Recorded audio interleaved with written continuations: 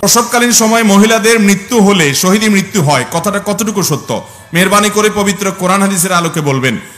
প্রসবকালীন সময় সন্তান প্রসব করতে গিয়ে সন্তান ভূমিষ্ঠ হওয়ার সময় কোন মা যদি মারা যান, মুয়াত্তা মালিকের এক হাদিস থেকে আমরা জানতে পারি আল্লাহ রাব্বুল আলামিন ওই মাকে শাহাদাতের মর্যাদা দান করবেন। আমাদের মা বোনরা অনেক সময় বলেন, হুজুর এই মুখ আমলটা তো পুরুষদের জন্য। যেমন জুমার দিনের একটা আমল আছে, আল্লাহর জমিনে যত ফজিলতপূর্ণ আমল আছে এর মধ্যে সবচেয়ে বেশি ফজিলতপূর্ণ আমল সেটা কোনটা?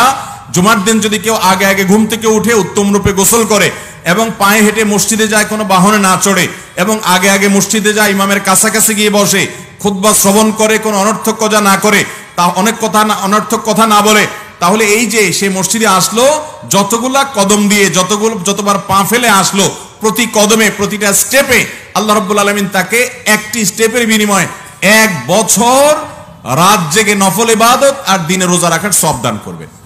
তাহলে 100টা কদম যদি কারোর দিতে হয় মসজিদ থেকে আসার সময়, তাহলে সে 100 বছরের নফল ইবাদত করা দিনে এবং রাতের সওয়াব পাবেন। এই হাদিসের আলোকে অনেক হাদিস বিশ্লেষকগণ বলেছেন আল্লাহর জমিনে ফজিলতপূর্ণ যত হাদিস আছে এর চাইতে বেশি ফজিলত আর কোনোটাতে নাই। বিধায় অনেক মা বোনরা আছেন বলেন, হুজুর এটা তো আমাদের না, পুরুষদের জন্য। আমি বলি আপনারাও পেতে পারেন, পুরুষদেরকে উদ্বুদ্ধ করে বাসায় পাঠান, এই সওয়াব আল্লাহ আপনাকেও দিবেন, কারণ যিনি ভালো কাজের পথ দেখায় তাকে আল্লাহ তাআলা সওয়াব দান করেন। এছাড়া কিছু কিছু আমল আছে মহিলাদের জন্য স্পেশাল, পুরুষদের জন্য না। প্রসবকালীন সময়ে মারা গেলে শাহাদাতের মর্যাদা মহিলারা পাবে, এই সওয়াবটা পুরুষরা পাওয়ার সুযোগ আছে? আপাত দৃষ্টিতে নাই। তো আল্লাহ তাআলা কিছু কিছু ক্ষেত্রে মেয়েদেরকে বৈশিষ্ট্য দেন। আল্লাহ আমাদের মা বোনদেরকে সবর করার তৌফিক দান করুন, এবং এরকম বিপদে পড়া ইমানদার নারীদেরকে আল্লাহ তাআলা শাহাদাতের মর্যাদা দান করুন। কারোর সাথে কথা বললে ঝগড়া বাঁধার সম্ভাবনা 100 ভাগ। এমত অবস্থা আমার করণীয় কি? যদি মনে হয় এখন কথা বললে ঝগড়া হবে, তাহলে কথা বলবেন না, কথা বলা আপনার জন্য ওই টাইমে জায়েজ নাই। কিন্তু তার সাথে চিরকাল কথা বলবেন না, কেন? কথা বললে ঝগড়া হবে, এটা গ্রহণযোগ্য কোনো অজুহাত না। একটা লোকের সাথে এখন এই মুহূর্তে কথা বললে আমার মেজাজ গরম আছে, এটা খারাপ দিকে যাবে, তার মেজাজ গরম আছে, তাহলে ওই টাইমে কথা না বলাই হলো সুন্নাহ। ওই সময় কথা বলবেন না, সবর করবেন। এবং 2 দিন 3 দিন আপনি কথা না বলে থাকলেন, এটুকুও গ্রহণযোগ্য। কিন্তু এরপরেও আপনি দীর্ঘকাল তার সাথে কথা বললেন না, তাকে তরক করলে, এটা জায়েজ নাই। লা ইয়াহিল্লু লিমুসলিমিন আন ইয়াহজুরা আখাহু ফাওকা সালাতি লায়াল।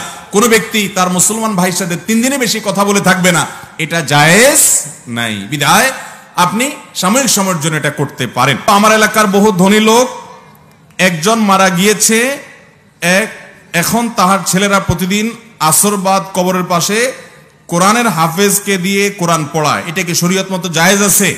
ভাইরা আমার, আমরা অনেকে মা বাবার কবরের পাশে মাদ্রাসার ছাত্রদেরকে টাকা পয়সা দিয়ে ঠিক করি তারা যেন বসে বসে কোরআন শরীফ পড়ে, অথবা মা বাবা মৃত্যুর পর তাদের লাশের চারপাশে বসে বসে কোরআন শরীফ পড়বে আমরা টাকা দিয়ে লোক ঠিক করি, অথবা এমনিতেই তাদের জায়গায় তারা বসে বসে কোরআন খতম পড়বে, কোরআনে কারীম তেলাওয়াত করবে, তার জন্য আমরা টাকা দেই। ভালো করে শুনে রাখেন, মৃত ব্যক্তিকে সওয়াব পাঠানোর উদ্দেশ্যে কবরের কাছে হোক, লাশের পাশে হোক, আর অন্য কোনো জায়গায় হোক, লোক ভাড়া করে এনে কোরআনে কারীম তেলাওয়াত করানো এটা নাজায়েজ।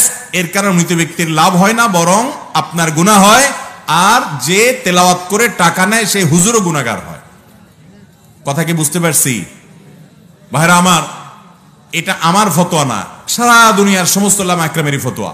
মৃত ব্যক্তির জন্য কোরআন খতম করে কোরআন খতম করায়া টাকা নেওয়া দেওয়া জায়েজ নাই। এটা পারিশ্রমিক নেওয়ার মতো বিষয় না, সম্পূর্ণ গুনাহের কথা। এবং এই ব্যাপারে দারুল দেওবন্দ সহ বিশ্বের বড় বড় জায়গা থেকে স্পষ্ট ফতোয়া দেওয়া আছে। আমাদের দেশে হুজুররা অনেক সময় করে, মাদ্রাসার ছাত্ররা অনেক সময় করে, আরে ভাই মৃত ব্যক্তির জন্য এমনি দোয়া করবে, আপনি এমনি দান সাদাকা করেন, কিন্তু লোক ভাড়া করে নেই ভাই, বিশেষ করে কবরস্থানে বসে বসে তেলাওয়াত করতে হবে, এই নির্দেশ কোরআন সুন্নাহয় কোথাও দেওয়া হয় নাই। কবরস্থানে যাবেন শুধু জিয়ারত করার জন্য। কিসের জন্য যাবেন? কবর জিয়ারত করার জন্য।